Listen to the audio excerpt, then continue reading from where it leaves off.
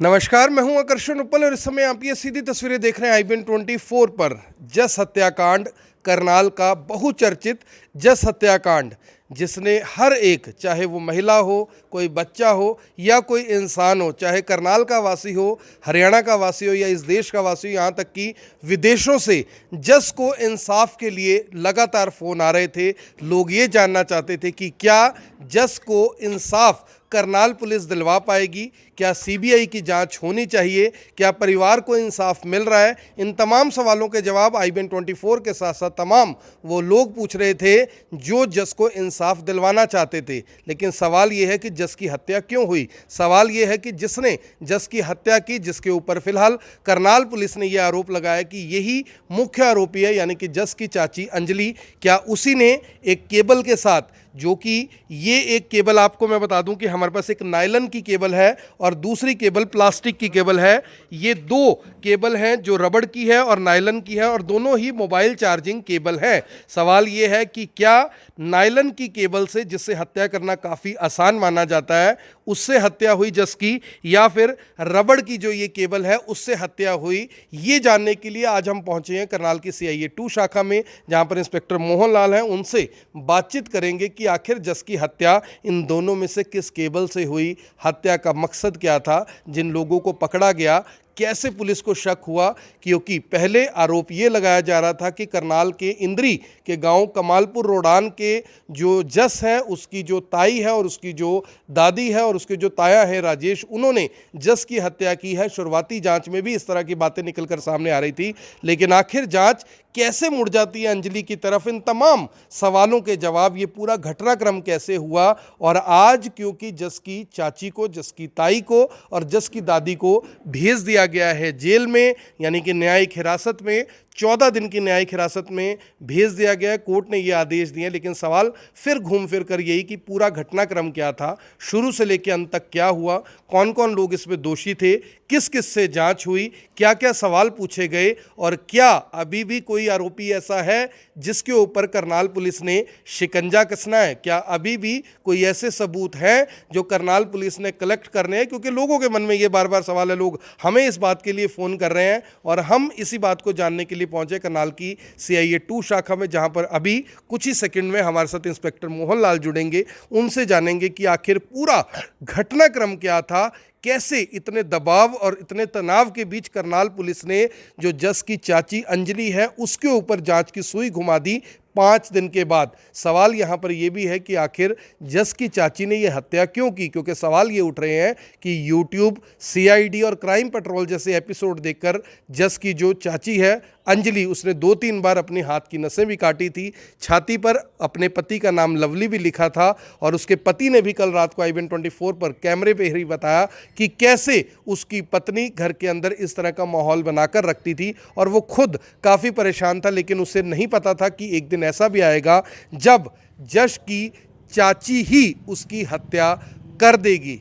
तो चलते हैं इंस्पेक्टर मोहन लाल के पास, उनसे जानते हैं कि इतने दबाव और तनाव के बीच आखिर कैसे उन्होंने इस मामले की जांच को किया, पूरा घटनाक्रम क्या था और कैसे जस की हत्या हुई। और जिस केबल का, यानी कि चार्जिंग केबल का यूज़ इसमें किया गया, वो रबड़ की केबल थी या फिर नायलन की केबल थी।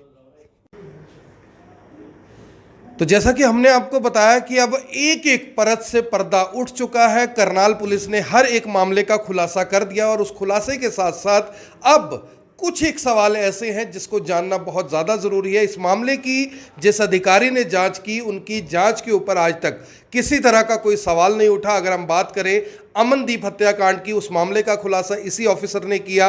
अगर हम बात करें हाल ही में असंध में हुए डबल मर्डर की, उसमें भी इनकी काफ़ी अहम भूमिका रही। और अब जो जस हत्याकांड है उसको लेकर भी जो भूमिका है वो अपने आप में यानी कि शुरुआत में संदिग्ध ज़रूर लग रही थी, लेकिन जिस तरह से पुलिस ने कोशिश की कि अगर राजेश और राजेश के परिवार के ऊपर उंगलियां उठ रही हैं, अगर पुलिस चाहती तो उनको भी आरोपी बनाया जा सकता था, लेकिन लेकिन फिर भी साइंटिफिक तरीके से इस मामले की जांच हुई और जो CIA 2 के इंचार्ज हैं आज की तारीख में इंस्पेक्टर मोहनलाल, जो खुद इस मामले की मॉनिटरिंग कर रहे थे, कोई गलत आदमी फंसे ना और सही आदमी बचे ना, इसके ऊपर काम करते हुए जो मोहनलाल जी हैं उन्होंने पूरा काम किया। सबसे पहले उनसे जान लेते हैं। सर, सबसे पहले तो करनाल के लोगों की तरफ से आपको बधाई। पहले सवाल उठ रहे थे, कहीं ना कहीं पुलिस भी डिप्रेशन में आ जाती है, क्योंकि जब पुलिस जांच कर रही हो सवाल उठते हैं कि कहीं ना कहीं इस पूरे मामले की जो इन्वेस्टिगेशन है सही नहीं हो रही और सही दिशा में बढ़ रही हो। सबसे पहले जानना चाहेंगे सर, ये मामला पूरा क्या था, शुरुआत क्या हुई, CIA के पास मामला कैसे आया और इंक्वायरी कैसे हुई, पर दर परत बताइए। सबसे पहले इसमें ये सूचना मिली थी हमें कि एक बच्चा गायब हो गया है गांव से बच्चा गायब हो गया है, और उसके बाद हमने फिर 365 का मुकदमा दर्ज किया था, किडनैपिंग का। फिर गायब होने के बाद ये अफवाह उड़ी कि भाई गांव में एक बाबा था, जो बाबा दिखा है। हमने CCTV कैमरे चेक करे और उनमें वाकई एक बाबा था जो गांव में घूम भी रहा था गली दर गली। तो लोगों ने, कईयों ने बताया कि ये जो बाबा था उसमें बच्चे को उसने उठाया है जी। शाम तक हमारे बेस्ट एफर्ट्स रहे कि शाम तक सारी टीमों ने मतलब बाबे को ढूंढने के लिए लगा दी थी। तो सर, ये शाम बाबा की थ्योरी थी, ये पुलिस की तरफ से आई है, गाँव से, परिवार से? ये गाँव में लोगों ने हमें बताया था कि एक गाँव में एक बाबा घूम रहा था तभी, और तभी उसी टाइम में बच्चा गायब हुआ था। तो इसीलिए दोनों चीजें पुलिस ने इसलिए फॉलो किया उस बात, इसलिए उस चीज़ को फॉलो किया और शाम तक उस बाबे को भी ढूंढ लिया था जी। तो उसमें सर, जब बाबा को आपने यानी कि इंटेरोगेट किया, बाबा से पूछताछ की, पता लगा कि बाबा ने ये नहीं किया, यहाँ पर पुलिस इस नतीजे पर कब पहुंची कि घर घर की जांच की जाए? ऐसा भी तो हो सकता था कि जो किडनैपिंग है किसी और ने करवाई हो, क्योंकि पुलिस की जांच अक्सर उसी दिशा में चलती है। क्योंकि सबसे पहले यही शक था कि बाबा ने बच्चे को उठाया है। बाबा को हमने शाम तक राउंड अप कर लिया था, उससे पूछताछ कर ली थी, ये बात क्लियर हो गई थी कि बच्चा जो है वो बाबा ने नहीं उठाया जी। दूसरा पहलू ये था कि कहीं बच्चे को किडनैप करके कहीं छुपाया ना हो गांव में, या फिर कोई अनहोनी ना होगी हो बच्चे के साथ। इसलिए गांव में SP साहब ने निर्णय लिया कि सारी जितनी भी टीमें हैं वहीं सारी गांव में पहुंचेंगी। SP साहब का निर्णय था कि सारी टीमें गांव में पहुंचेंगी और गांव की अच्छी तरह से सर्च करेंगे जी कि बच्चा कहीं चला ना गया। क्योंकि जहाँ पे लास्ट में जिस महिला ने कहा था कि मैंने बच्चे को यहाँ देखा था गली में जी, तो वो आउटर थोड़ा सा एरिया पड़ता है, आउट फेरी है, तो वहाँ देखा कि भाई कहीं बच्चा बाहर खेतों में न चला गया या बाहर की मछली के तालाब भी बने हुए हैं। तो इस तरीके से हमने बाहर वाली साइड से सबसे पहले सर्च करना शुरू किया था। तो सर, इसमें जब जस की लाश मिलती है एक गांव के अंदर, ये भी यानी कि कुछ लोगों के बीच में चर्चा है कि जो जस की लाश है वो उसके जो ताया है राजेश, वो लेकर वहाँ से भाग जाते हैं और ट्रॉमा सेंटर पहुँचते हैं, लेकिन पुलिस की जो इन्वेस्टिगेशन है वो ये बताती है कि ऐसा कुछ नहीं हुआ। इस मामले में क्या सच्चाई? क्योंकि अफवाहें बहुत हैं, उसी अफवाह को लेकर सोशल मीडिया के ऊपर पुलिस की थ्योरी के ऊपर सवाल उठ रहे हैं, इसको लेकर क्या कुछ बताएंगे?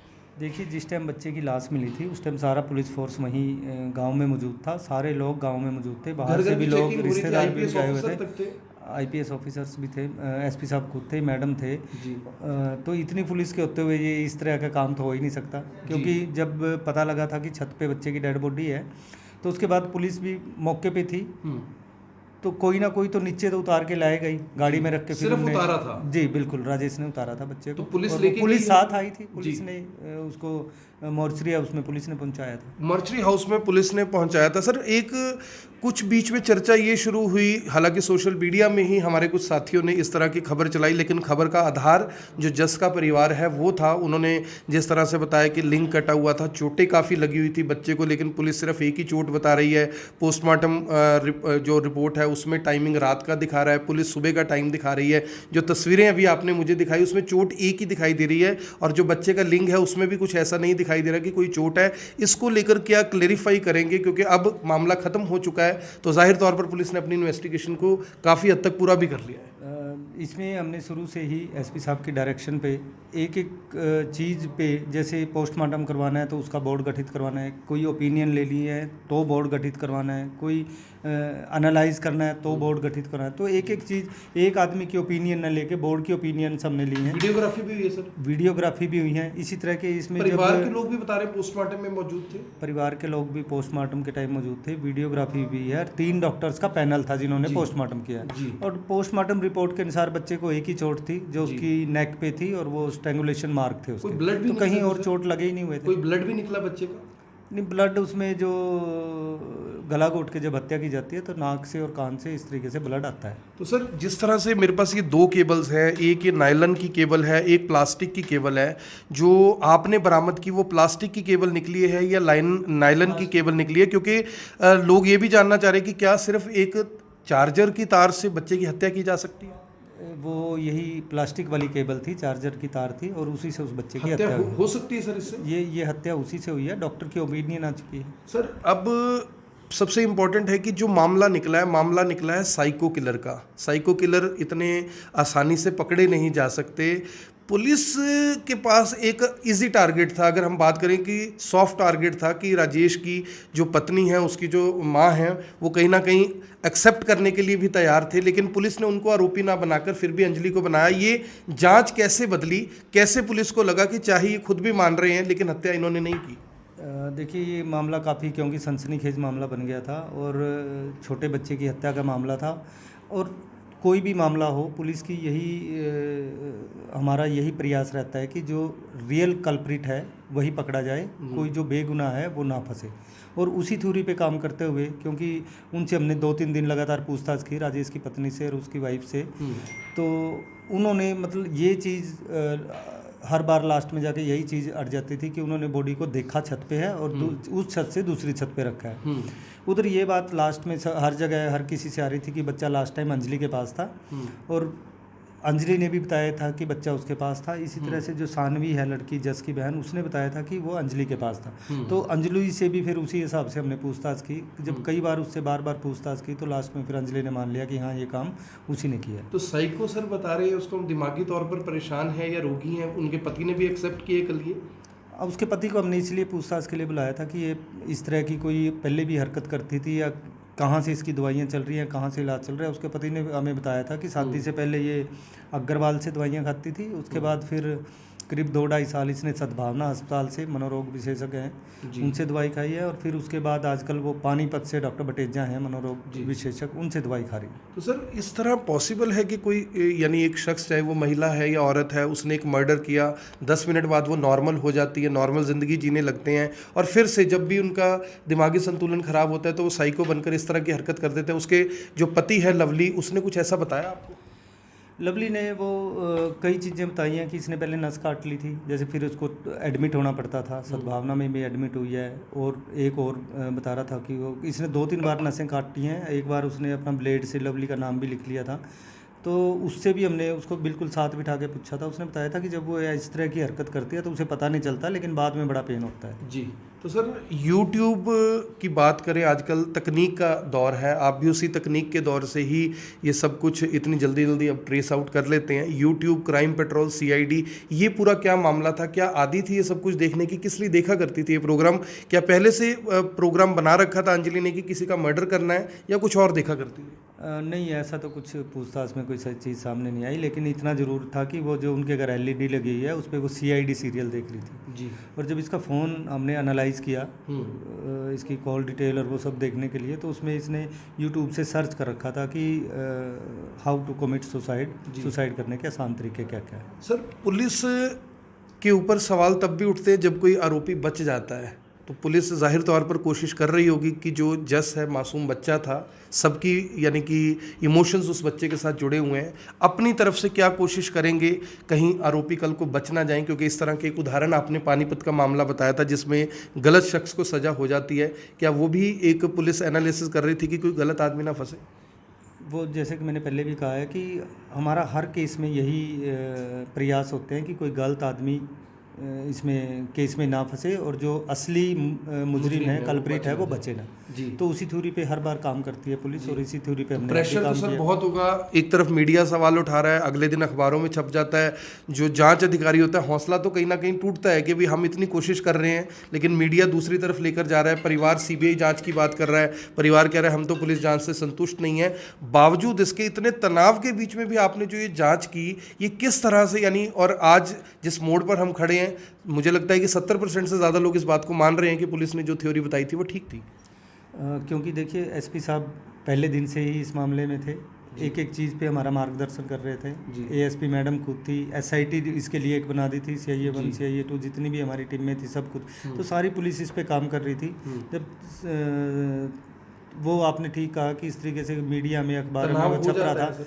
तो लेकिन हमने जो सच्चाई थी वही आपके सामने है, उस पे काम किया अपनी तो अधिकारियों का लगन से। सर और कोई उसको प्रेशर था कि जल्द से जल्द सॉल्व करो, या यही प्रेशर था कि सही जांच करनी है, गलत कोई नहीं फंसना चाहिए? अधिकारियों का क्या रिस्पॉन्स था? सही जांच करने की जिम्मेवारी दी गई थी, सही जांच करनी है। आखिरी सर सवाल है कि आपने अमनदीप हत्याकांड की बात करें, करनाल का चर्चित कांड था, ये मामला आपकी जब से आप पुलिस सर्विसेज में हैं, इस मामले को किस तरह से देखते हैं? एक ऐसे बच्चे ने अपनी जान गंवा दी जिसका कोई दोष नहीं था, कोई रंजिश नहीं थी, उसके परिवार से, जिस परिवार ने हत्या की उसके साथ कोई रंजिश नहीं थी, अपने आप में यानी अजीबोगरीब मामला है कि एक बिना कारण के किसी को यानी कि जान अपनी गंवानी पड़ी।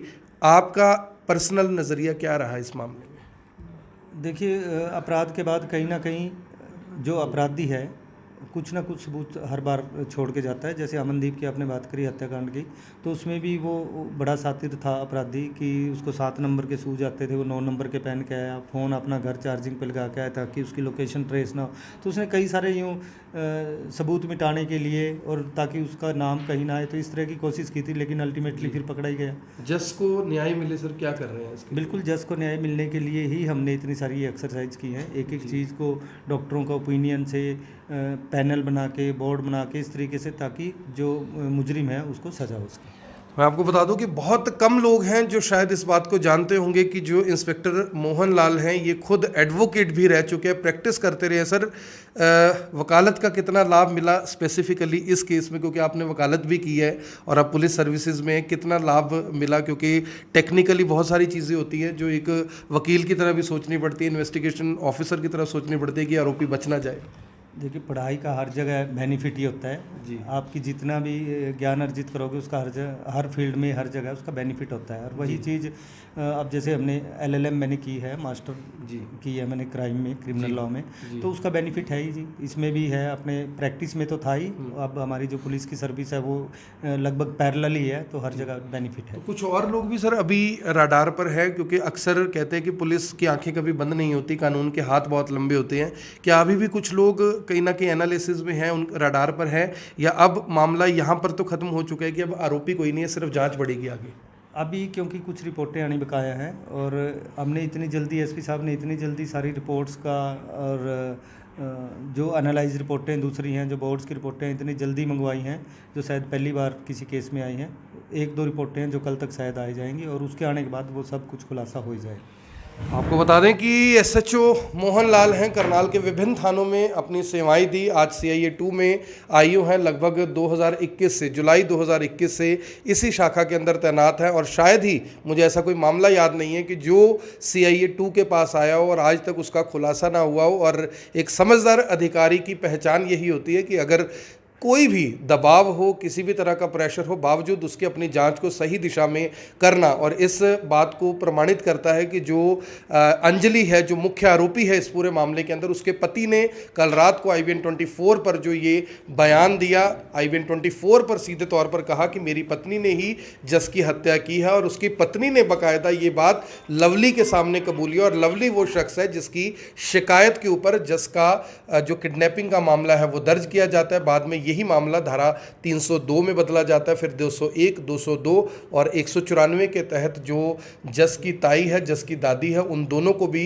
यानी कि अरेस्ट कर लिया जाता है। और आज तीनों को रिमांड खत्म होने के बाद भेज दिया जाता है जुडिशियल कस्टडी में। अब 14 दिन बाद उनकी फिर से पेशी होगी कोर्ट के सामने, और हर 14 दिन के बाद ये जो मामला है ये इसी तरह से चलता रहेगा। लेकिन अपने आप में बेहद गंभीर और दर्दनाक बात यह है कि एक ऐसा बच्चा जिसने अपनी ज़िंदगी को देखा नहीं था, एक ऐसा बच्चा जिसने अपनी ज़िंदगी को जिया नहीं था, एक ऐसा बच्चा जिसके पिता अब्रॉड गए थे, अमेरिका गए थे। हालांकि बताया जाता है कि पहले भी उन्होंने एक बार जाने की कोशिश की थी। जो अंजलि के पति हैं और जो जस के पिता हैं, ये दोनों एक बार विदेश गए थे, लेकिन किसी कारण से इनको वापस आना पड़ा। और अब वो अमेरिका गए थे अपने बेटे के लिए, अपनी बेटी के लिए, अपने पत्नी और परिवार की खुशियों के लिए, कि उनके लिए बहुत सारे पैसे कमा कर लाएंगे, खिलौने वहाँ से भिजवाया करेंगे। लेकिन उनमें से एक बेटा उनका अब इस दुनिया में नहीं है। और उस पर पिता पर सोचिए कि क्या बीत रही होगी जो अपने बेटे को आखिरी बार देख भी नहीं पाया, अपने बेटे के शव का दाह संस्कार नहीं कर पाया। अब उम्मीद टिकी है तो सिर्फ करनाल पुलिस के ऊपर, अब उम्मीद टिकी है तो जांच अधिकारी के ऊपर, क्योंकि अक्सर पुलिस की जांच के ऊपर सवाल उठते हैं। लोगों को लगता है कि कहीं कुछ सेटिंग कर मामले को बदल ना दिया गया हो, लेकिन ये मामला इतना बड़ा था और खासकर जिस अधिकारी के पास था उसके ऊपर जितने आईपीएस ऑफिसर थे, चाहे एचपीएस ऑफिसर थे, हर एक अधिकारी की नज़र थी और हर एक की कोशिश सिर्फ और सिर्फ इतनी रही कि जो न्याय है वो जस को मिले, जस के परिवार को मिले। सवाल बहुत थे, लेकिन उन हर सवालों का जवाब एक ही है कि इस तरह की कोई भी घटना आपके परिवार में होने से पहले ऐसे उस शख्स को पहचानने की कोशिश ज़रूर करें जो इस तरह के कृत्य को आपके परिवार में होकर अंजाम भी दे सकता है और उसके बाद नॉर्मल ज़िंदगी को जी भी सकता है। मेरी आप सभी से अपील, इस वीडियो को देखने वाले इस वीडियो को ज़रूर शेयर करें। एक एक घटनाक्रम, एक एक सवाल जो इन्वेस्टिगेशन ऑफिसर से पूछना चाहिए था, IBN 24 ने वो तमाम सवाल पूछे। आगे भी इस मामले में एक एक अपडेट आपको देते रहेंगे, लेकिन अंत में सिर्फ और सिर्फ इतना कहना चाहूँगा कि अपने आप में जो जस हत्याकांड है